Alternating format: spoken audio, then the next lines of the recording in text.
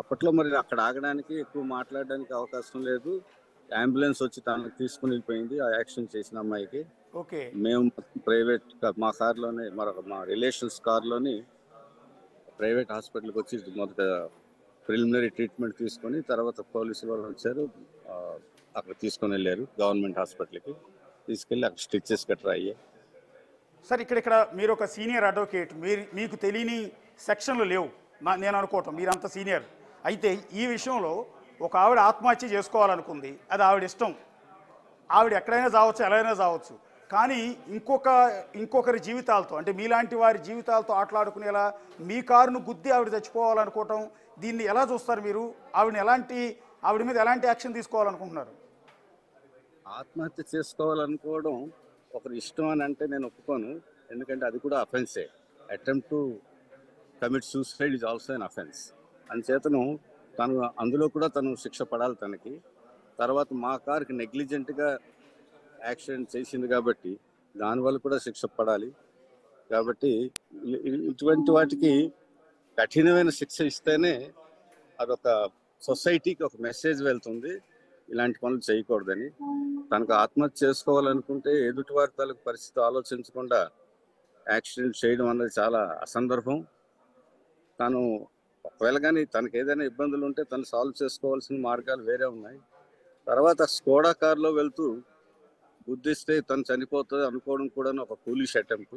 అది fully safe car. ఆ safe కార్లోనే accident చేస్తే ఏం జరగదు. అది తెలిసి ఇది ఒక నాటకంలా అనిపిస్తుంది. యాక్సిడెంట్ చేసుకోవాలనుకున్నారు, స్కోడా కార్లో వెళ్ళరు.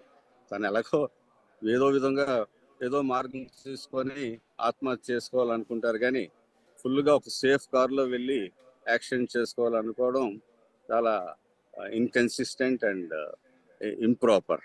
కాబట్టి నాకు అనిపిస్తుంది తనకి ఆత్మహత్య కంటేను పాపులారిటీ పెంచుకోవాలని ఉద్దేశం ఉందేమో. తనకు పర్సనల్ ప్రాబ్లమ్స్ అన్ని హైలైట్ చేయాలనే ఉద్దేశమే ఎక్కువగా కనిపిస్తుంది. ఎదుటివారి ప్రాణాలతో తనకేం సంబంధం ఉన్నట్టు కూడా నాకేం కనిపించడం లేదు. తన లోకమే తనది.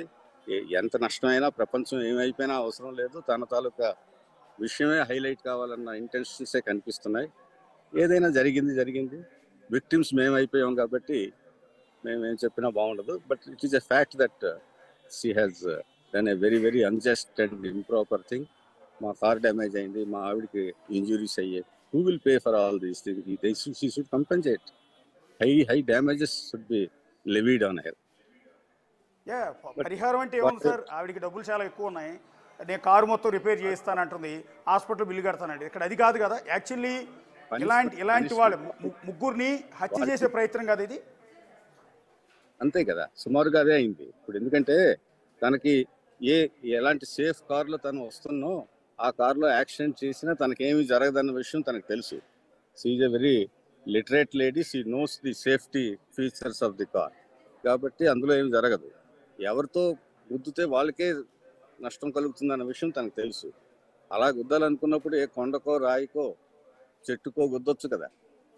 మరొక కారుకో, లారీకో గుద్దాలని ఎందుకు అనుకుంటుందో నాకు అర్థం కాలేదు. ఎనీహౌ నాకు అనిపిస్తుందల్లా తనకి కేవలం తన తాలూకు పాపులారిటీ, తన సమస్యను హైలైట్ చేయాలని ఉద్దేశమే తప్ప తనకు సెల్ఫ్ ఇంజురీ అన్నది ఏం ఉద్దేశం లేదు.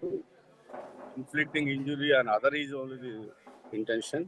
కాబట్టి ఇలాంటి వాళ్ళకి మాత్రం సచ్ ఎ బ్యాడ్ ఇంటెన్షన్ ఉన్న వాళ్ళకి సొసైటీలోని ఏ విధంగా శిక్ష జరగాలంటే అందరికీ ఒక లెసన్ అవ్వాలి. ఇది నా తాలూకు పర్సనల్ వ్యూ. అది because we are from the victim side. నేను ఎక్కువ చెప్పడం బాగుండదు, బట్ ఇదే కరెక్ట్ నా ఉద్దేశం ప్రకారం. ఎస్ సార్, ఆవిడ ఆత్మహత్యాయత్నం చేయటం ఒక సెక్షన్ కింద కేసు నమోదు చేస్తారు. మిమ్మల్ని హత్యాయత్నం చేయటం, ముగ్గురు పైన కావాలని ఉద్దేశపూర్వకంగా కారుతో గుద్ది చంపే ప్రయత్నం చేయటం, ఇది ఇంకో సెక్షన్ కింద కేసు నమోదు చేస్తారు కదండి. చేస్తారు, కానీ ఇంటెన్షన్ టు కిల్ అది కాదు కదా. Intention to kill anyone. కాబట్టి complete negligent driving and rash and negligent driving కింద వెళ్తుంది ఇది. ఏదైనా అది హత్య ప్రయత్నం లాగే అయింది. సో సార్ ఎస్ సార్, అవును సరే, మీకు ఆవిడికి పరిచయం లేదు, పాత గొడవలు కూడా లేవు, కూడా హత్యాయత్నం కింద రాదనుకుందాం. మోటార్ వెహికల్ యాక్ట్ కింద ఇప్పుడు ఆవిడ లైసెన్స్ రద్దు చేసి ఆవిడని అరెస్ట్ చేసే అవకాశం ఉంటుందా ఈ పర్టికులర్ ఇష్యూలో? తప్పకుండా ఆవిడ లైసెన్స్ క్యాన్సిల్ చేయాలి, ఆవిడకి అరెస్ట్ చేయాలి. తగిన శిక్ష విధించాలి. ఇవన్నీ కరెక్టే. That is completely rash and negligent driving.